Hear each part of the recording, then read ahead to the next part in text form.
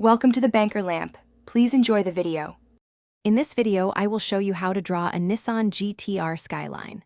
First, let's lay down the foundational shapes.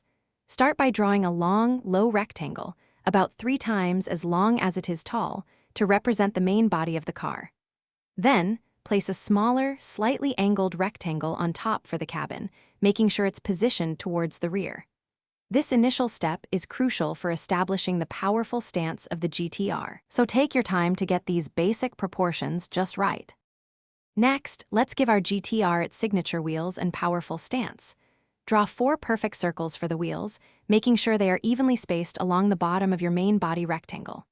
The front wheels should be slightly smaller, perhaps by 1/5, than the rear wheels to convey a sense of forward motion.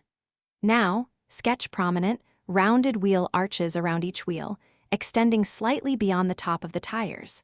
This adds to the aggressive look of the vehicle. Now it's time to bring out the distinctive features of the GTR. Carefully outline the iconic sharp, angular headlights, which often feature a 4-point design.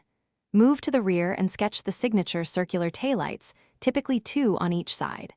Don't forget the prominent grille and aggressive air intakes on the front bumper.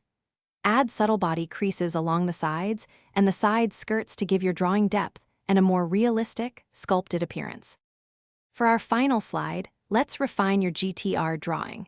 Carefully erase all the initial guidelines, leaving only your clean, defined sketch. Add smaller details such as the door handles, side mirrors, and the frames around the windows. Finally, apply shading to create depth and dimension.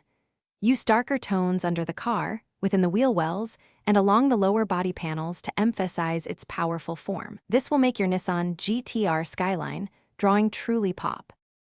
Thanks for watching. If this was helpful, leave a like and consider subscribing. See you next time.